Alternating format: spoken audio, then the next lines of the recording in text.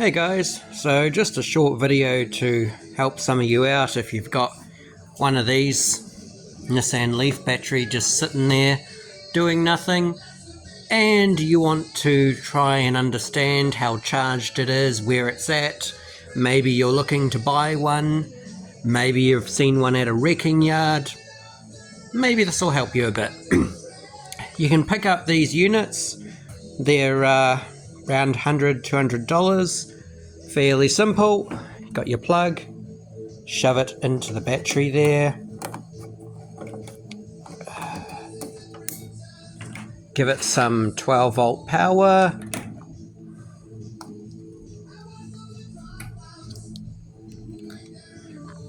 and of course this gives you a little OBD2 socket. If you're over here in New Zealand, grab the J-Car dongles. Don't bother with cheap Chinese, they don't work. Get something that works. Now, you can do this a few different ways. You can use an Android, you can use an iPhone. I use a Chromebook, whatever, same thing. So we've got LeafSpy. I'll show you the little trick by the way. Come over to settings. Instead of your normal LeafSpy settings, you want to come up here to the top of the model year list and you want to make sure you select BMS because it's not in the car, so it'll have a freak. Says BMS only, and boom, we've got it communicating with the battery.